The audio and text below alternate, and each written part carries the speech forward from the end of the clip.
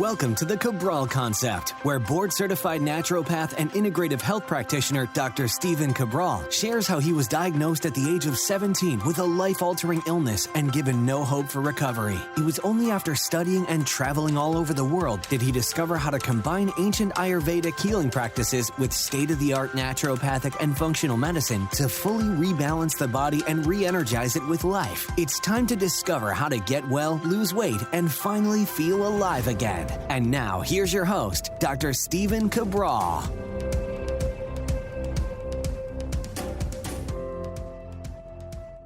Welcome back, everyone. We are here today with our second Cabral House Call of the weekend. This is episode 2515. If you want to follow along with today's questions, that would be amazing. You can head on over to stephencabral.com/2515 for all of the questions. So each and every weekend, we go through your questions that have been submitted over the past 12 to 13 or so weeks. Typically, that's how long it takes to get these questions read on the podcast, simply because we have so many people writing in on a daily basis. And of course, as I always say, if you want your question answered the same day, you're trying to find information on your health topic, ask that question right at cabralsupportgroup.com. All right, let's head into our first question today. I'm opening up the big Ask Cabral document, and it's from Brad.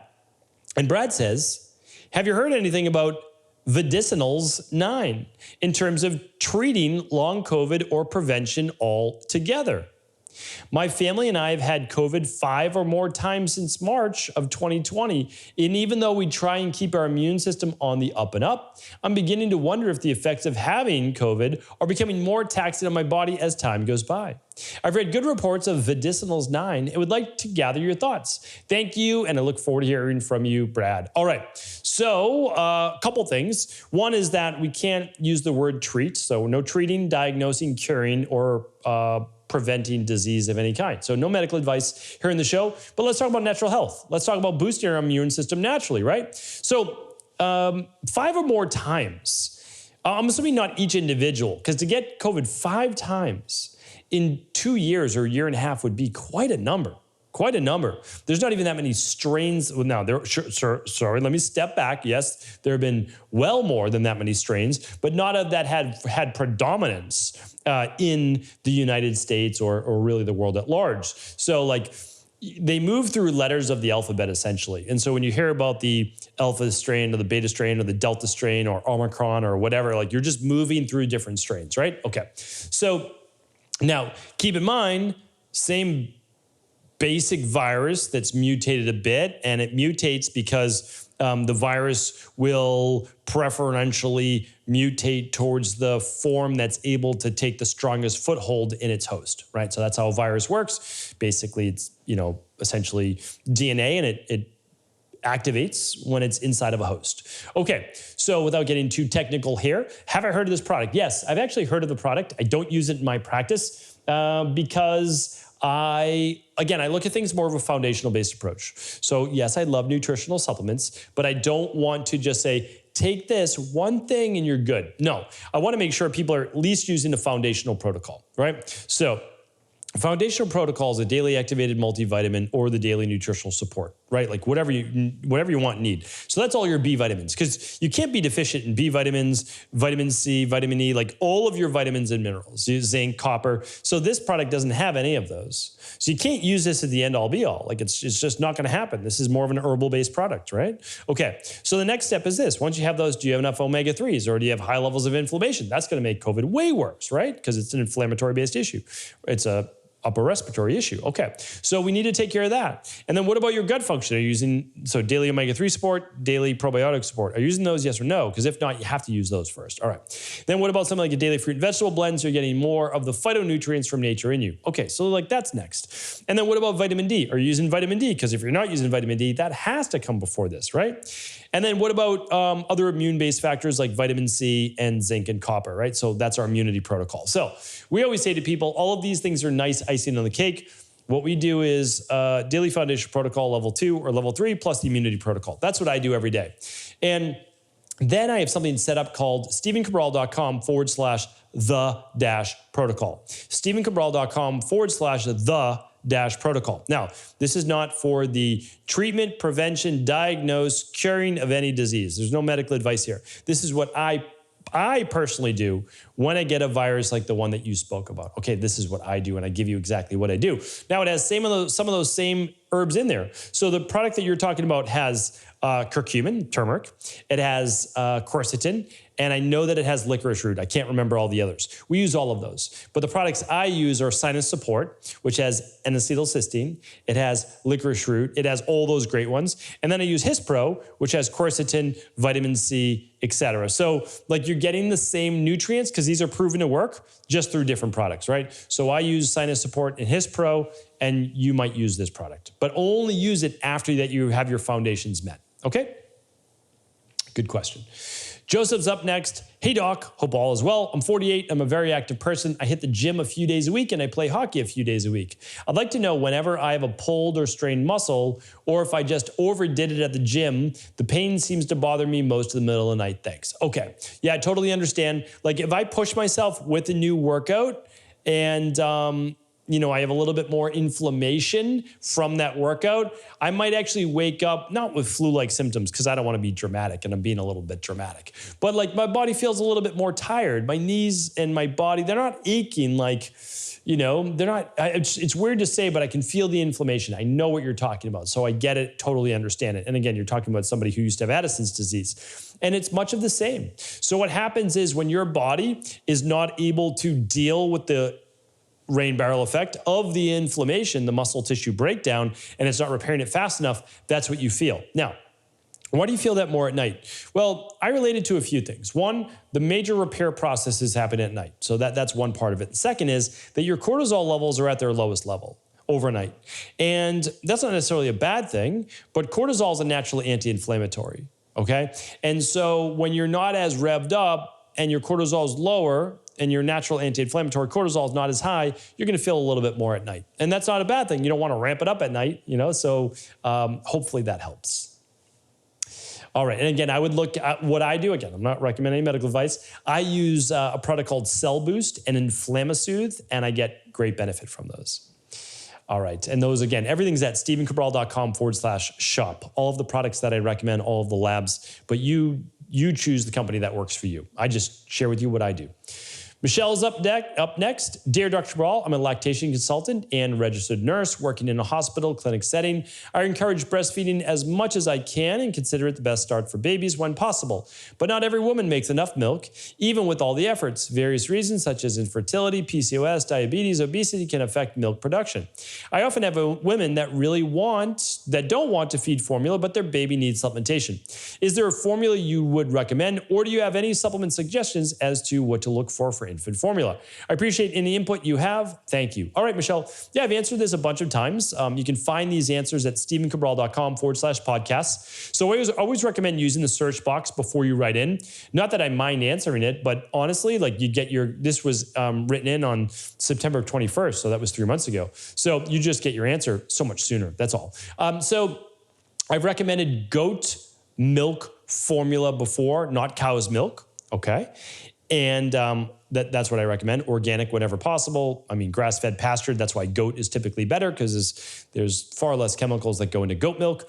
And then the other one that you may want to look into is the Weston Price-based baby formula. Weston Price, dentist that basically got into nutrition, searched all around for indigenous-based people and teeth formation and wrote a great book on it, right? And nutrition and degenerative-based disease. I don't know the exact title of that. Wow, it's funny. I haven't read that book in many, many years, but the title always used to flow off the tongue, but it's something like nutrition and degeneration-based disease, something like that. But if you type in Weston Price, you will be able to find it. He has a whole foundation.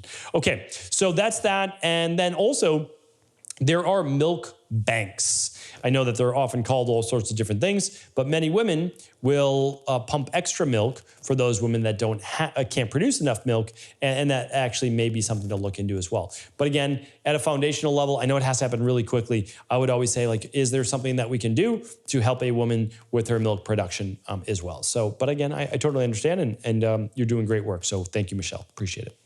Eva's up next. What is the cause of Granuloma annulare? How do you get rid of it? Okay, so I don't believe I've ever answered this specific question, but certainly work with Granuloma annulare quite a bit in my practice. Honestly, it looks a whole lot like ringworm. There is very little difference. Typically does not have the itchiness that the others have, and it's not always segmented to say that it specifically comes from a fungal or candida or yeast-based infection or issue. So the cause of Granuloma annulare is considered, basically this is a raised rash on the skin. Sometimes it looks like little pimples, but no head on it. Sometimes in a circular pattern, which gives it that ringworm-based effect. And in conventional medicine, it says it has idiopathic-based backgrounds of where it's formed, or formations, idiopathic formations, which just means unknown. But we do know that it can be caused by food sensitivities, for sure. It can be caused by yeast bacterial overgrowth.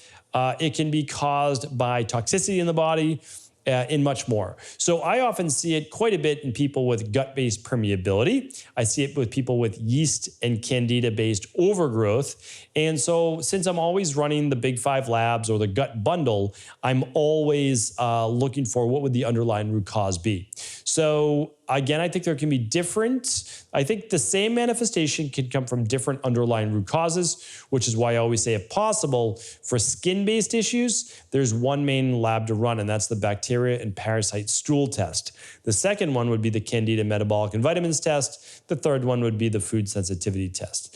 If possible, you want to run the Big 5 plus the bacteria and parasite stool test. That is best. All right, Gina is up next.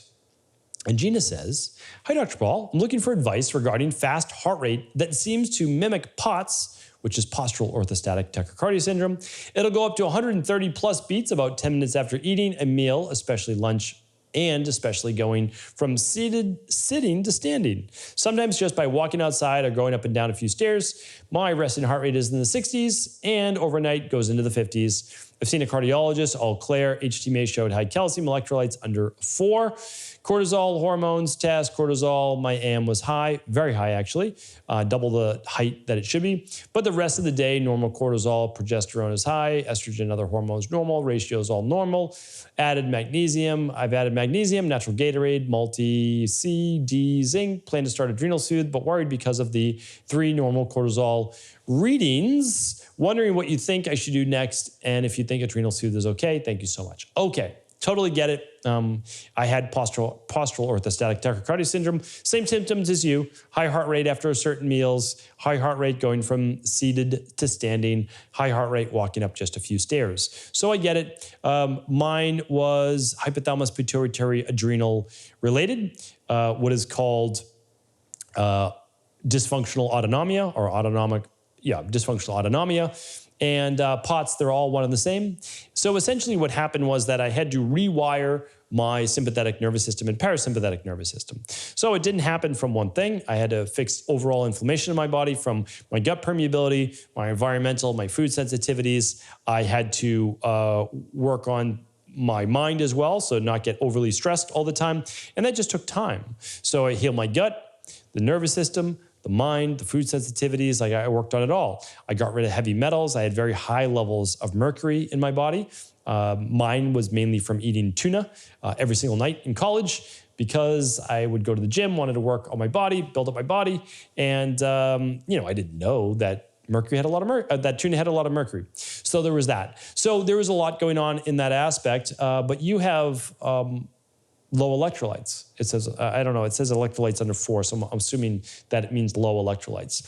High calcium, low electrolytes. So I think you have an issue with your stress response as well. Most people with POTS, it's a dysautonomia. So please go to stephencabral.com/podcast. Listen to my podcast on myalgic encephalomyelitis, as well as dysautonomia and POTS.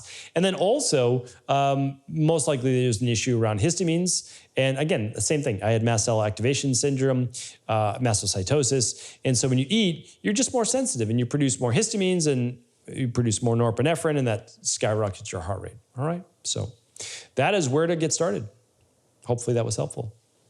All right, let's do one more question. Today is from Kayla. Kayla writes in, "Hi, Dr. Cabral. I just want to start off by saying thank you for all you do. Your podcasts give me hope every day." Thank you, Kayla. I appreciate that. And that's what they're meant to do, right? Give hope. And because the truth is that everybody can heal. It doesn't mean it's going to happen overnight. And usually it shouldn't, because you want to learn the lessons that get you well so you take them then for the rest of your life. So that's why I'm not upset that I had to get well from 17 years old to 27, right? Because at 27, then I got it. But then I really got it at 28, 29, 30, and kept going. Now I really get it this year. And next year I'm going to get it even more. And so I'm just kind of taking it to that next level. So I just want to share that with you. All right, Kayla says, "I've done 2 labs, a starter kit, and I've been working with one of your IHP coaches. She's great. I've done these 7-day detox, and I'm now on the parasite protocol. It's my 2nd week. Here's my question. I suffer from psoriasis and have occasional couple times a day anal itching and fissures. Doctor keeps telling me it's related to psoriasis, the itching, and the fissures due to constipation, which I am not. I can't shake off my negative thoughts that it's something worse, and every time I look down there, I can't see anything but some fissures and a bit of swelling.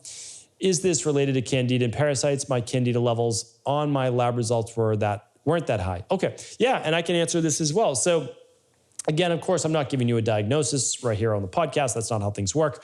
But no, I mean, anal itching and anal fissure and fissures in general, that's just not constipation. So don't let your doctor say there's only one cause of that. Anal fissures can come from any inflammation, like literally any inflammation.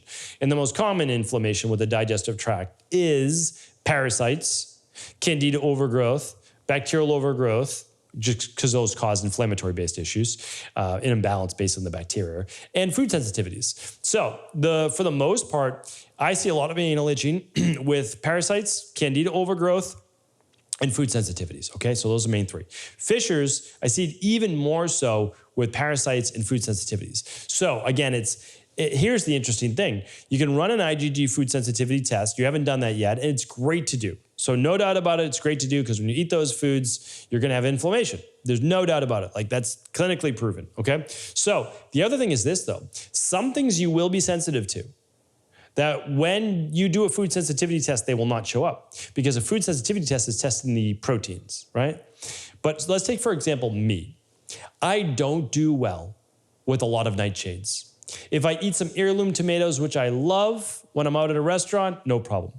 If I were to eat them every day with like potatoes with the skins on and eggplant and those types of things, no, I would get I would be flared up with inflammation, like around my joints. I don't do well with nightshades. I just don't. But those don't show up as a food sensitivity. So what I want you to do, Kayla, is this is how we help people in our practice.